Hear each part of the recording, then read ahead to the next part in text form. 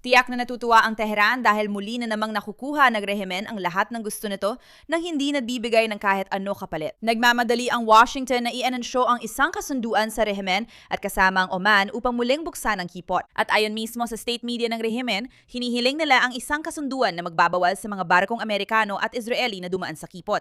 Pati na rin ang pagbumulta ng hanggang 20% ng halaga ng kargamento ng sinumang lalabag. Kaya't nagmamadali ang Washington na i-anansyo bilang isang diplomatikong tagumpay ang isang kasunduan na mag-aalis sa mga barkong Amerikano mula sa isang daanang dagat na nagdadala ng ikalimang bahagi ng supply ng langis sa mundo. Gets ko na. At ngayon, kahit na sinasabi ng mga opisyal ng Amerika na ilang araw na lang bago ang anunsyo, patuloy pa rin naghahanap ng paraan ang rehimen para baguhin ang mga kondisyon. Ibig kong sabihin, itong weekend, sinabi ng Foreign Minister na si Abbas Araghchi sa mga reporter na hindi pa rin talaga magbubukas ang Strait of Hormuz kahit matapos na ang kasunduan sa Oman. Dahil, ayon sa Tehran, may utang pa rin ang Estados Unidos sa rehimen ng mga konsesyon dahil umano sa paglabag sa orihinal na kasunduan ng Tigil Putukan noong Hunyo. Ngayon, particular na inakusahan ni Araghchi ang Washington na sinisira ang kontrol ng Islamic Republic sa daanan ng tubig sa pamamagitan ng pagtatangkang magtatag ng sarili nitong alternatibong ruta ng pagpapadala, nakakatakot sa tubig na, syempre, hindi naman pag-aari ng Iran. Sa madaling salita, hinihingi ng rehimen na itigil ng Estados Unidos ang pagtatangkang protektahan ang sarili nitong interes sa pagpapadala sa isang daanan ng tubig na hindi naman ganap na kontrolado ng Iran at inilalarawan ng pansariling interes ng Amerika bilang isang napakong pangako sa kanila. Ito ang dahilan kung bakit hindi ka dapat nakikipagnegosasyon sa Islamikong rehimen o sa IRGC.